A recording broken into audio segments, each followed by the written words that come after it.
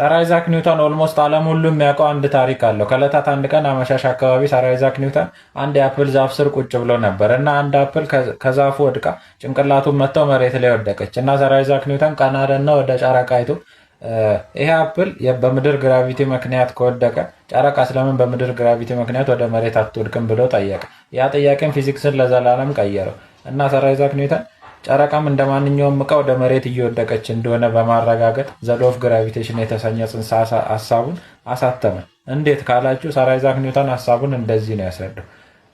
አንድ ረዥም ተራራ ላይ ምድር ላይ አንድ ረዥም ተራራ ላይ መድፍ አለ ብላችሁ አስቡ እና በዛ መድፍ ኳሶቹን በትንሽ ኃይል ስንተኩሳቸው እዛው አካባቢ ይወድቃል።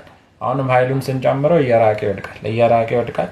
ኃይሉን እየጨመርን ስንተኩሰው እየራቀ ይወድቃል እና ምድር ክብ ስለሆነች የሆነው የመጨረሻው ኳስ በጣም ኃይል ሰጠነው መጨረሻ ላይ ዞሮ ምድርን እኛን ሊመታን ይመጣል ያ ኳስ እና ሊመታን ሲል ዝቅ ብንልስ ሽል ብንለውስ ዝቅ ብንል እኛን ይስተንና ያ ኳስ ኦርቢት ውስጥ ይገባል እና ምድርን ለዘላለም ይሽከረከራታል ማለት ነው። ጨረቃም እንደዚሁ በምድር ግራቪቲ ምክንያት ወደ ምድር እየወደቀች የምድርን ኦርቢት ምድርን እየተሽከረከረቻት ነው በግራቪቲው ምክንያት ማለት ነው እንጂ ምድርን የመሽከርከር ምንም ግዴታ የለባትም። ጨረቃ እስካሁን ትታን ትሄድ ነበር። ልክ እንደዚህ ኳስ ምድርን እየተሽከረከረች ነው እና የሆነ ጽንሰ ሀሳብ ስታገኝ ፊዚክስ ውስጥ ያንን ሀሳብ ፕራክቲካሊ እና ማቴማቲካሊ ነው ፕሩፍ ማድረግ ያለብን እና ሰር አይዛክ ኒውተን ይሄንን ሀሳብ ማቴማቲካሊ ፕሩፍ ለማድረግ ሲሞክር የ17ኛው ክፍለ ዘመን ማቴማቲክስ ኋላ ቀር ሆነበት።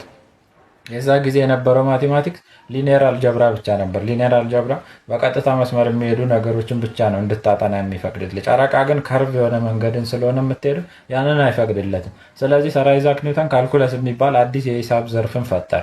አስባችሁታል? የሆነ ሀሳብ አግኝታችሁ እሱ ማቴማቲካሊ ፕሩፍ ለማድረግ ስትሞክሩ ስላልቻላችሁ ማቴማቲክሱ ስለማይበቃ አዲስ የሂሳብ ዘርፍ ፈጥሮ ማለት ነው እና ሰር አይዛክ ኒውተን ካልኩለስ የሚለውን አዲስ ዘርፍ ተጠቅሞ ይሄንን ጽንሰ ሀሳብ አረጋገጠ። ዘ ሎው ኦፍ ግራቪቴሽን የሚለውን ጽንሰ ሀሳብ አሳተመ ማለት ነው።